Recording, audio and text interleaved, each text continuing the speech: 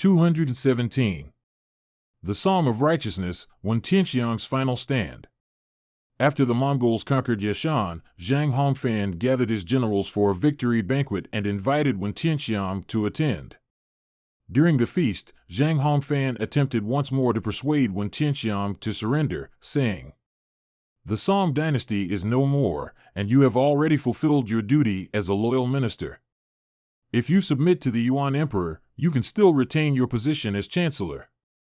With tears in his eyes, Wen Tianxiang firmly rejected the offer, saying, "My country has fallen, my home is gone. As a minister of the Song dynasty, I have failed to save my nation. Even in death, I bear guilt. How could I possibly live on for personal gain?" Seeing that his words were useless, Zhang Hongfan ordered Wen Tianxiang to be sent to Dadu, modern Beijing, as a prisoner. Wen Tianxiang's captivity in Dadu. 6 months later, Wen Tianxiang arrived in Dadu. Instead of being thrown into a dungeon immediately, the Yuan authorities lodged him in a fine guest house, offering him lavish food and drink in another attempt to win him over. A few days later, Chancellor Bolo of the Yuan dynasty sent a former Song official, Lu Mengyan, who had defected to the Mongols, to persuade Wen Tianxiang to surrender. Wen despised traitors, and upon seeing Lu Mengyan, his anger boiled over. Before Lu could even speak, Wen unleashed a furious verbal assault, cursing and berating him so harshly that Lu hung his head in shame and fled. When persuasion failed, the Mongols transferred Wen to a prison, where he was shackled in chains and forced to live like a common criminal. A defiant spirit in prison. 1 month later, Bolo personally summoned Wen Tianxiang for interrogation at the Yuan imperial court. As Wen was dragged into the grand hall, Bolo sat high above, staring down at him with an intimidating glare. Wen Tianxiang, completely unfazed, walked forward with his head held high and his back straight, refusing to kneel. The Mongol guards shouted at him to kneel, but Wen refused. Furious, Bolo ordered the guards to force him down. Soldiers grabbed and pushed him, pinning him to the ground. Bolo sneered, "What do you have to say for yourself?" Wen Tianxiang calmly replied, "Throughout history, dynasties have risen and fallen. Ministers have been defeated and executed. What dynasty has not witnessed such events? I am a loyal servant of the Song dynasty, and having failed my duty, I ask only for a swift death." Hearing this, Bolo tried to ease the tension, asking, "From the time of Pangu until now, how many emperors have ruled the world? Why don't you tell me?" Wen scoffed, replying, "There are 17 official histories. Where should I even begin? I did not come here for an examination. I have no time for such idle talk." Bolo, humiliated by the sharp reply, changed the subject and began accusing Wen. "Why did you abandon Lenin? Why did you establish 2 new emperors, Zhao Shi and Zhao Bing?" Wen Tianxiang refuted each accusation with clear, logical responses. Finally, with unwavering resolve, he declared, "I, Wen Tianxiang, am now in your hands. I have long accepted my fate and am prepared to die. There is no need for further discussion." Bolo, infuriated, ordered Wen back to prison. He wanted to execute him, but Kublai Khan refused, fearing that killing Wen would incite resistance among the people. The harsh conditions of Wen Tianxiang's imprisonment. Wen was confined in a damp, narrow, and dark prison cell. When it rained, water leaked through the ceiling, flooding the floor. In the summer, the heat was unbearable, with steam rising from the ground. Nearby were the guards' cooking stoves, old granaries filled with rotting grain, and latrines. The stench of smoke, mold, human waste, and dead rats filled the air, making survival a daily struggle. Yet none of this broke Wen Tianxiang's spirit. He believed that as long as a person possessed righteousness and patriotism, they could overcome any hardship. During his imprisonment, he wrote his most famous poem, The Song of Righteousness, Zhengqi Gu, a powerful testament to his unyielding loyalty and defiance. In it, he described the noble spirit of past heroes who had sacrificed themselves for righteousness. Between heaven and earth, there exists a righteous spirit. It takes many forms throughout time. Below, it is the rivers and mountains. Above, it is the sun and stars. Within men, it is called Hauran, great righteousness. It fills the universe without end. When times are dire, true virtue is revealed, and their deeds shall be recorded in history forever. Note, Hauran refers to an unshakable moral force, a concept from Confucian philosophy. Kublai Khan's final attempt to persuade Wen Tianxiang. By 1283, the Yuan dynasty faced a peasant uprising in Hebei, led by a rebel who claimed to be a descendant of the Song imperial family. The rebels gathered thousands of soldiers and vowed to rescue Wen Tianxiang and restore the Song dynasty. Fearing that Wen's presence might inspire a larger rebellion, Kublai Khan made one last attempt to win him over. One day, Wen was brought from his prison to the Yuan imperial palace. Meeting Kublai Khan face to face, Wen refused to kneel, offering only a polite bow. Kublai asked, "Do you have any final words?"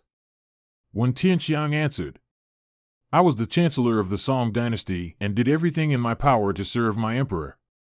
Unfortunately, traitors brought ruin to my country, leaving me without a chance to fight back. I am now a prisoner, humiliated beyond measure, and even in death, I will not rest in peace." Saying this, he clenched his fists and pounded his chest in anger. Kublai, attempting a gentler approach, said, "I understand your loyalty. If you pledge your service to the Yuan, I will restore your rank as chancellor." Wen Tianxiang resolutely refused, declaring, "I am a minister of the Song dynasty. I will never serve two masters. If I do not die, how could I face the loyal martyrs of my country?" Kublai tried again, offering him a lesser position. "If not chancellor, would you at least accept a role as minister of war?" Wen Tianxiang firmly replied, "I only asked for death, there is nothing more to say." Realizing that one would never surrender, Kublai Khan finally ordered his execution. The execution of Wen Tianxiang. On the day of his execution in January 1283, a fierce northern wind howled, and the sky was dark with clouds. Hearing the news, thousands of civilians gathered at the execution ground, filling the streets around Kaisher Market in Dadu.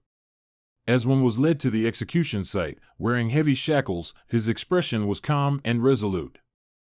Before his death, he asked, "Which direction is south?" The crowd pointed.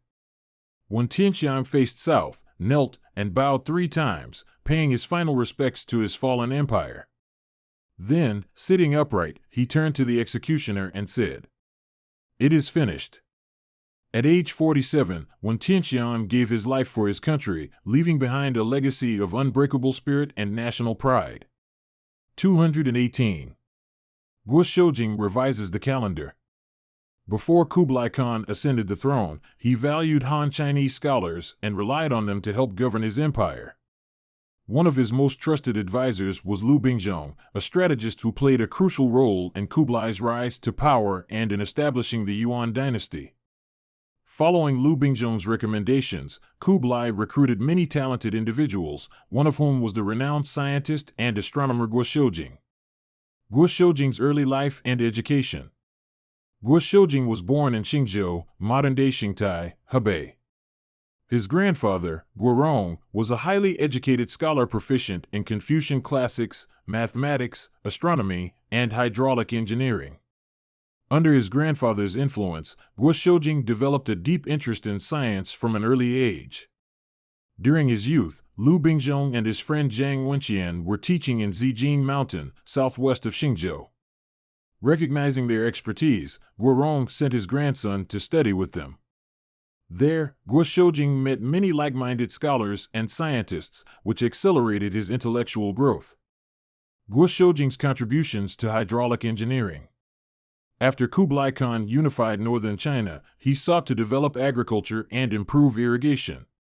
Needing experts in water management, Zhang Wenqian recommended Guo Shoujing, who was summoned to Kaiping, modern-day Zhanglan Banner, Inner Mongolia, to meet Kublai.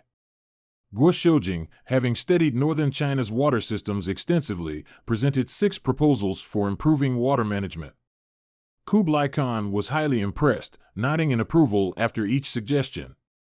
At the end of the meeting, he remarked, With men like this in charge, I won't have to worry about idle officials wasting resources. Guo Shoujing was promptly appointed as an imperial water conservator, overseeing river and canal management. 2 years later, he was sent to the former Western Xia territories, which had suffered from decades of war, leading to clogged waterways and barren farmland. After a detailed survey, Guo organized large-scale dredging projects, reopening old canals and reservoirs while constructing new irrigation systems. Within a year, over 9 million mu, approximately 600,000 hectares, of farmland had access to reliable irrigation, leading to bumper harvests and improved living conditions for the local population. The Grand Canal and the Tonghui River. To improve transportation between Dadu, modern Beijing, and Jiangnan, Kublai ordered Guo Shoujing to survey potential water routes. Through careful study, Guo not only repaired and expanded existing canals, but also designed and constructed a new artificial waterway, the Tonghui River, linking Dadu to Tongzhou. This innovation ensured seamless water transport from Jiangnan to Dadu, strengthening economic and political integration between northern and southern China. Reforming the calendar, the creation of the Shaoxi calendar. After conquering the southern Song, Kublai prioritized restoring agriculture. An accurate calendar was crucial for determining seasons, planting cycles, and festivals. At the time, the Mongols used the outdated Jin dynasty calendar, which had significant errors, even failing to accurately predict seasonal changes. Meanwhile, southern China followed a different calendar, causing further confusion. To standardize timekeeping, Kublai Khan ordered the establishment of the Astronomical Bureau, Taisher Bureau, later known as the Imperial Observatory. Guo Shoujing's former classmate, Wang Sun, was appointed as head of the bureau, and Guo himself was transferred from water management to astronomy to lead the calendar reform project. Advancing astronomical instruments. From the outset, Guo Shoujing emphasized that accurate calendar calculations required precise astronomical observations. At the time, the Yuan court had inherited an old armillary sphere, Huntianyi, from Kaifeng, but it was too outdated and imprecise. Guo Shoujing designed a new set of instruments, including the simplified armillary sphere, Jiangyi, a more efficient and accurate version of the traditional model. A larger, more precise gnomon, shadow measuring device. Several new observational tools that improved accuracy in measuring celestial movements.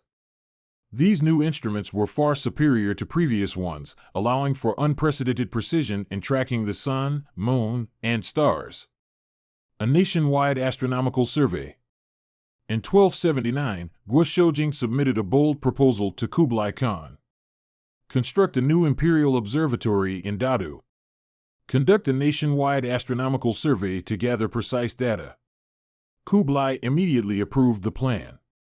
Under Guo's leadership, 27 observatories were established across China, stretching from the northernmost station in Tiela, modern Siberia, along the Yenisei River. The southernmost station in the South China Sea, modern Xisha Islands. A team of 14 chief astronomers was dispatched to collect celestial data, while Guo personally traveled to key observation points. After 2 years of extensive data collection, the findings were compiled in the Shaoxi calendar, the calendar for granting time. A calendar centuries ahead of its time. The Shaoxi calendar was far more accurate than any previous Chinese calendar. It calculated the length of a year as 365.2425 days, which is only 26 seconds off from modern calculations. Amazingly, this measurement matched the modern Gregorian calendar, which was not introduced in Europe until 1582, 302 years later. This revolutionary achievement placed China centuries ahead in astronomical precision. Guo Shoujing's legacy. Guo Shoujing's scientific contributions extended beyond astronomy and water management. He also worked on surveying techniques, mathematics, and mechanical engineering. His work on the Shaoxi calendar not only helped unify timekeeping across the Yuan Empire, but also set a scientific standard that lasted for centuries. Thanks to his relentless dedication to precision and innovation, Guo Shoujing is remembered as one of the greatest scientific minds in Chinese history.